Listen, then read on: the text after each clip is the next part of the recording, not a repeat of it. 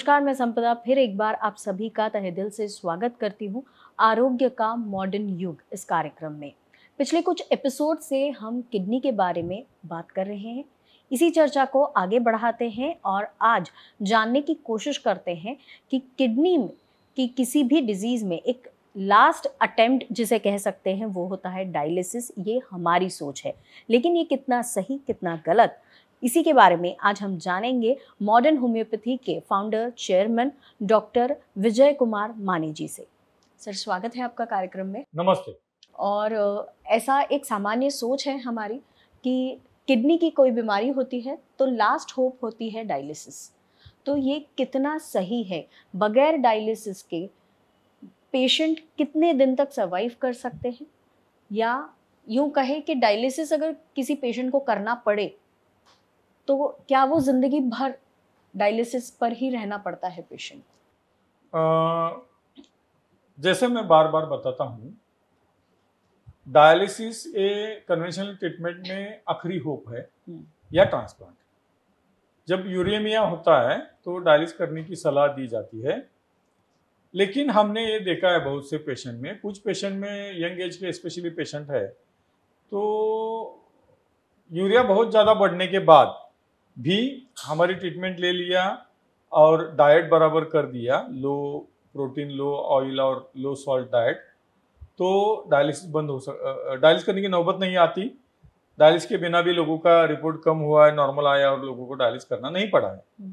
कुछ लोगों में, ओल्ड एज के लोगों में, या जो डाइट फॉलो नहीं करते या हमारे पास लेट आ गए, जिनमें यूरेमिया के सिम्टम्स है, लक्षण है, जैसे कि loose motion, vomiting, breathlessness, loss of appetite, nausea, नींद ज़्यादा आ जाना या कोमेटोज रहना, उसी पेशेंट में टेम्पररी डायलिसिस करना पड़ता है हमारी ट्रीटमेंट अगर हो तो।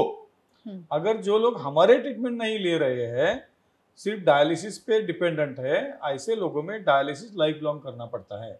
हफ्ते में 2 बार या हफ्ते में 3 बार उनको डायलिसिस करने की सलाह दी जाती है। क्रिएटिनिन टेम्पररी नीचे आता है, फिर बढ़ता है, फिर नीचे आता है, फिर बढ़ता है। हीमोग्लोबिन का इंजेक्शन लेना पड़ता है। कुछ महीनों के या कुछ साल के बाद उनकी पेशाब बंद हो जाती है, फिर वो पेशेंट डायलिसिस पे डिपेंड होता है। उसको डायलिसिस डिपेंडेंट पेशेंट बोलते हैं। वो पेशेंट में तकलीफें ज़्यादा होती है, वेट लॉस होता है, प्रोटीन यूरिया तो रहता है, वैसा ही हाइपोप्रोटीनीमिया की वजह से वेट लॉस होता है। हड्डियों का सिर्फ ढांचा बाकी रहता है और कुछ साल के बाद पेशेंट की मृत्यु भी हो जाती है। ऐसे देखा गया है, देखा जाता है हमेशा। तो मॉडर्न होम्योपैथी का एकमेव ऑप्शन उसमें है कि एंड स्टेज रीनल डिसीज में भी बहुत से लोगों का डायलिसिस बंद हुआ है। विथ रिपोर्ट और विथ टेस्टिमोनियल ये बातें हम लोगों के सामने ला रहे हैं।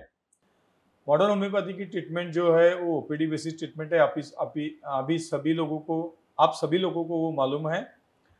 एडमिट करने की जरूरत नहीं पड़ती, घर में रहकर भी उतनी ज़्यादा इंप्रूवमेंट दिखती है। सिर्फ डाइट करने की जरूरत पड़ती है। किडनी की बीमारी में डाइट भी ज़्यादा महत्वपूर्ण रहता है और प्रॉपर मेडिकेशन महत्वपूर्ण रहता है। मॉडर्न होम्योपैथी का मेडिकेशन है वो ज़्यादा महत्वपूर्ण है, वो बीमारी रिवर्स करता है, क्योंकि मॉडर्न होम्योपैथी का टैगलाइन है क्यूरेटिव लाइन ऑफ ट्रीटमेंट और पैथोलॉजी इज रिवर्सिबल। तो उसी हिसाब से पैथोलॉजी रिवर्स हुई, ये रिपोर्ट में भी दिखता है। बहुत से लोगों के बारे में हमने बात किया, उनमें क्रिएटिन नॉर्मल आ गया, यूरिया नॉर्मल आ गया, हीमोग्लोबिन बढ़ गया, प्लेटलेट नॉर्मल आ गए, मतलब बढ़ गए, पानी नहीं हुआ पेट में, सूजन कम हो गई, मतलब पेशाब नॉर्मल हो गई है, वो भी दिखता है रिपोर्ट में। पेशेंट के टेस्टिमोनियल के साथ पेशेंट को देखेंगे तब आपको नहीं लगेगा कि ये पेशेंट डायलिसिस करता था या किडनी का पेशेंट है। पूरी तरह नॉर्मल और स्वस्थ पेशेंट दिखेगा, उसका जो डेली एक्टिविटी, डेली काम है वो करेगा। ऐसी डेवलपमेंट मॉडर्न होम्योपैथी की ट्रीटमेंट के बाद दिखती है। ये सभी लक्षण, सभी रिपोर्ट्स ये बताते हैं कि पेशेंट पूरी तरह स्वस्थ और नॉर्मल है, इसका मतलब वो पूरी तरह ठीक हुआ है। सर, मुझे आपसे जानना है कि अभी आपने जैसे कहा कि कन्वेंशनल ट्रीटमेंट में डायलिसिस ये लास्ट ऑप्शन है, लेकिन मॉडर्न होम्योपैथी रिवर्स करती है चीज़ों को, तो क्या एज कितना मायने रखता है? एज पे ऐसा कुछ मायने नहीं रखता कि मैं 2-3 एग्जांपल देना चाहता हूँ। अभी एक हमारे पास पेशेंट है विलास राव जी निम्बालकर, उनका 63 एज है या शायद ज़्यादा भी हो सकता है। वो डायलिसिस पे थे कुछ महीनों पहले। अभी अपनी ट्रीटमेंट के बाद डायलिसिस कम हो गया और बंद भी हो गया। रिपोर्ट भी नीचे आना शुरू हो गया है, पेशेंट को कोई तकलीफ नहीं है, इसका मतलब एज कोई मायना नहीं रखता। दूसरा एक पेशेंट हमारे पास है बालकृष्ण मासेकर, बहुत साल से उनका डायलिसिस बंद है, डायबिटिक नेफ्रोपैथी थी उनमें, सभी रिपोर्ट नॉर्मल है, नॉर्मल लाइफ जीते हैं। पेशेंट वो वर्कर ग्रुप के थे, वो कारपेंट्री करते थे, उनका भी डायलिसिस बहुत साल से बंद है, सभी रिपोर्ट नॉर्मल है। तो इसका मतलब एज कुछ मायने नहीं रखता, सिर्फ डाइट करने की, जो आपका डायबिटीज़ है तो डायबिटीज़ का डाइट, डायबिटीज़ नहीं है दूसरा कुछ कारणों से किडनी फेलियर हुआ है तो रीनल डाइट, ये करेंगे और मॉडर्न होम्योपैथी की दवा ले लेंगे, प्रॉपर डाइट फॉलो करेंगे, हमारे ऊपर विश्वास रखेंगे, तो आपका डायलिसिस बंद हो सकता है। ये एग्जाम्पल अभी मैंने दे दिए आपको, बहुत से एग्जाम्पल है, इससे ये सिद्ध होता है कि एज कुछ मायने नहीं रखता मॉडर्न होम्योपैथी के ट्रीटमेंट के लिए। क्योंकि ये जो बीमारी है उसमें जो छोटे बच्चे भी नेफ्रोटिक सिंड्रोम के होते हैं या जिनकी किडनी फेलियर की तरफ जा रही होती है, ऐसे बच्चों में भी इतनी फास्ट इंप्रूवमेंट दिखती है, ओल्ड एज के लोगों में भी इतनी फास्ट इंप्रूवमेंट दिखती है। सिर्फ हमारे इंस्ट्रक्शंस, डाइट और हमारी ट्रीटमेंट और धीरज रखना, ये ज़्यादा महत्वपूर्ण चीज़ें हैं। आप घबराएंगे, आपको कोई डर पैदा करेगा आपके मन में, तो वैसे नहीं होने वाला।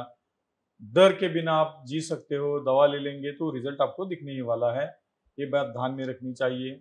डरेंगे तो फिर मरेंगे, ऐसी बात है। बिल्कुल, बहुत सही बात आपने कही कि अगर डरेंगे तो मरेंगे, डरना नहीं है और बिल्कुल स्ट्रांगली फेस करना है जो सिचुएशन हमारी लाइफ में आई है। तो आइए बात करते हैं लोंधे जी से, जिनका जिक्र अभी सर ने किया, और जानते हैं उनका एक्सपीरियंस मॉडर्न होम्योपैथी की ट्रीटमेंट के बारे में। मरीज का नाम रमेश लोंढे, उम्र 42 साल, सांगली के रहने वाले। पहली बार जून 2016 में परेशानी हुई, जी मचलने की, पेट दर्द की और भूख ना लगने की। मुझे शुरुआत में उल्टियां होना, जी मचलना जैसी परेशानी होती थी। अंदाजन जून 2016 से ये परेशानियां शुरू हुई और ये सब क्यों हो रहा है ये समझ में नहीं आ रहा था। तब घर वालों ने कहा कि पित्त वगैरह हुआ होगा इसीलिए हो रहा होगा, लेकिन लगातार एक 10-12 दिन से मैं इसकी वजह से परेशान हो रहा था। उन्हें शरीर में बहुत कमजोरी आ गई थी, अपने आप चल भी नहीं पा रहे थे। उन्होंने एलोपैथिक डॉक्टर से इलाज करवाना शुरू किया, फिर भी उनकी स्थिति में कोई सुधार नहीं आया। डॉक्टर ने कहा कि थोड़ा यूरिया और क्रिएटिन बढ़ा हुआ है। उन्हें कुछ संदेह था तो उन्होंने सबसे पहले सोनोग्राफी करवा लेने को कहा। सोनोग्राफी के लिए उन्होंने मुझे सांगली के एक प्रतिष्ठित हॉस्पिटल में जाने के लिए कहा। टेस्ट के रिपोर्ट्स आ जाने के बाद उनके चिकित्सक ने उन्हें कहा कि उनकी बाएं किडनी 35 से 40% बिगड़ चुकी है। जुलाई 2016 के मरीज के रिपोर्ट्स के अनुसार उसका क्रिएटिनिन बढ़कर 8.5 हो गया था और ब्लड यूरिया बढ़कर 155 हो चुका था और हीमोग्लोबिन कम होकर 6.4 हो गया था। उनकी सोनोग्राफी की रिपोर्ट्स देखने के बाद एक प्रतिष्ठित नेफ्रोलॉजिस्ट ने उन्हें कहा कि उनकी दोनों किडनियां निष्क्रिय हो चुकी हैं। डॉक्टर ने वो सारे रिपोर्ट्स देखे और उन्होंने कहा कि आपकी दोनों किडनियां फेल हो चुकी हैं। इसके बाद मरीज का ब्लड प्रेशर बढ़ने लगा और उसे इलाज के लिए अस्पताल में भर्ती होना पड़ा। बीपी चेक करने के बाद 250 पर मेरा बीपी पहुंच चुका था। डॉक्टर ने उस वक्त मुझे बताया नहीं कि मेरा बीपी इतना बढ़ चुका है। सिर्फ डॉक्टर ने इतना ही कहा कि इन्हें मैं तत्काल मीरज के नामांकित हॉस्पिटल में भेज रहा हूं, तो आप समय बर्बाद मत कीजिए, तुरंत एडमिट कीजिए। मरीज को 9 महीनों तक हफ्ते में 2 बार डायलिसिस करवाना पड़ता, फिर भी उनकी तबीयत में कोई सुधार नहीं दिख रहा था। तुरंत तो मुझे किसी ने नहीं बताया, लेकिन थोड़े समय के बाद समझ में आया कि डायलिसिस क्यों करवाते हैं। डायलिसिस की प्रक्रिया शुरू हुई और बहुत ही दर्दनाक था वो सब, क्या बताऊं।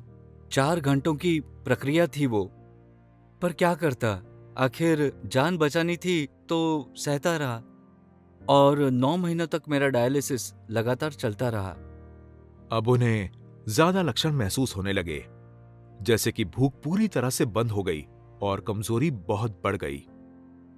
आखिरकार डॉक्टरों ने उन्हें सुझाव दिया कि अब किडनी ट्रांसप्लांट ही मात्र एक उपाय बचा है।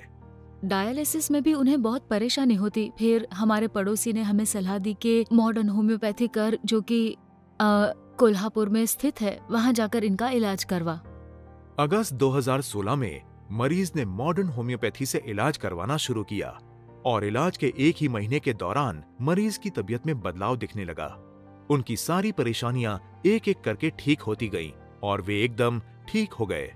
और मुझे काफी फर्क पड़ा। मैं स्कूल में जो टिफिन लेकर जाता था, वो टिफिन भी पूरा खत्म करने लगा। पेट भर के खाता था। घर पर मैं बिल्कुल खा नहीं पाता था और इसी तरह फर्क दिखने लगा। और होम्योपैथी की दवाइयों से मुझे बहुत ही अच्छा रिजल्ट दिखने लगा। उनके नए रिपोर्ट्स के अनुसार उनका हीमोग्लोबिन बढ़कर 14.20 हो गया था। उनका क्रिएटिनिन 2.9 था और ब्लड यूरिया कम होकर 72 हो चुका था। मार्च 2017 से उनका डायलिसिस पूरा बंद कर दिया गया और अब उन्हें किडनी ट्रांसप्लांट की भी कोई जरूरत नहीं है। अब मैं इस बीमारी से बिल्कुल ठीक हो चुका हूँ। मुझे कोई भी परेशानी नहीं है। खाना भी ठीक से खाता हूँ। जी नहीं मचलता, उल्टियाँ नहीं होती, बाकी कोई भी पेन नहीं होता। अच्छे से मैं मेरी जिंदगी गुजार रहा हूँ। मिस्टर लोंढे मॉडर्न होम्योपैथी के इलाज के बाद एक खुशहाल और स्वस्थ जिंदगी जी रहे हैं। आज के एपिसोड में हमने देखा कि किडनी अगर किसी वजह से प्रॉब्लम देती है तो सिर्फ डायलिसिस ही एक मात्र ऑप्शन नहीं है। मॉडर्न होम्योपैथी एक ऐसा ट्रीटमेंट है जो आप अपने घर पर रहकर कर सकते हैं और डायलिसिस से निजात पाकर एक नॉर्मल सामान्य लाइफ जी सकते हैं। बस ज़रूरत है तो एक प्रॉपर ट्रीटमेंट की, जिसे मॉडर्न होम्योपैथी की टैगलाइन है क्यूरेटिव लाइन ऑफ ट्रीटमेंट और पॉजिटिव थॉट की। इसी थॉट के साथ आज की ये चर्चा यहीं समाप्त करते हैं। अगले एपिसोड में मिलेंगे एक और नए विषय के साथ। धन्यवाद। धन्यवाद।